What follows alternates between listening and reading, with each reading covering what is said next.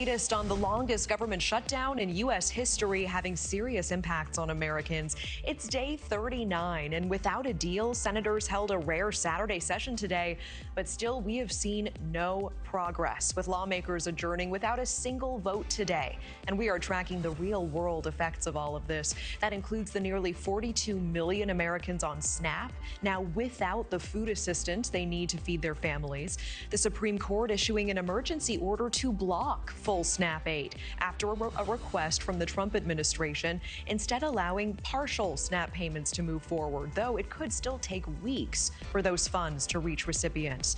Air travel, meanwhile, also impacted, with another 1,000 flights canceled today. The FAA's cut for safety becoming a nightmare situation for some travelers. It could get even worse as we are just weeks away from one of the busiest travel seasons of the year.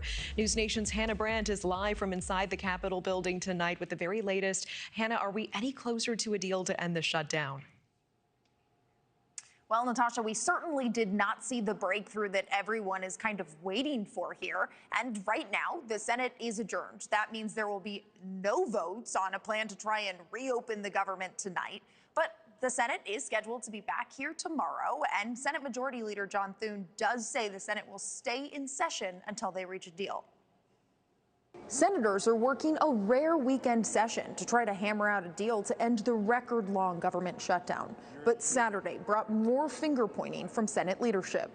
Instead of negotiating with Democrats to reopen the government, they'd rather ground flights. Instead of negotiating with Democrats to help families, they're punishing travelers. Instead of governing, Republicans are playing games with people's livelihoods. Democrats offered a proposal to reopen the government in exchange for a one-year extension of the health care subsidies set to expire next month.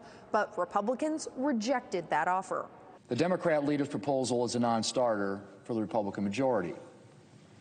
The Democrat leader wants to believe that this is a, quote, simple proposal, that it is some sort of compromise, but it is not.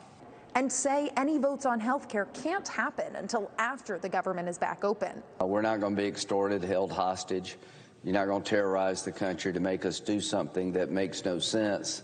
We'd like to work on health care, but we're not going to extend the debacle called Obamacare. Negotiations are happening behind closed doors, but we're still waiting for a breakthrough. I thought it was going to end several days ago. Here we are on Saturday with no votes taken today, a president golfing, a Speaker of the House absent. I'm not that optimistic we'll finish this off tomorrow. And the ongoing shutdown is having major impacts for Americans, including the 42 million people who rely on SNAP benefits, with funding for the program stuck in a legal battle.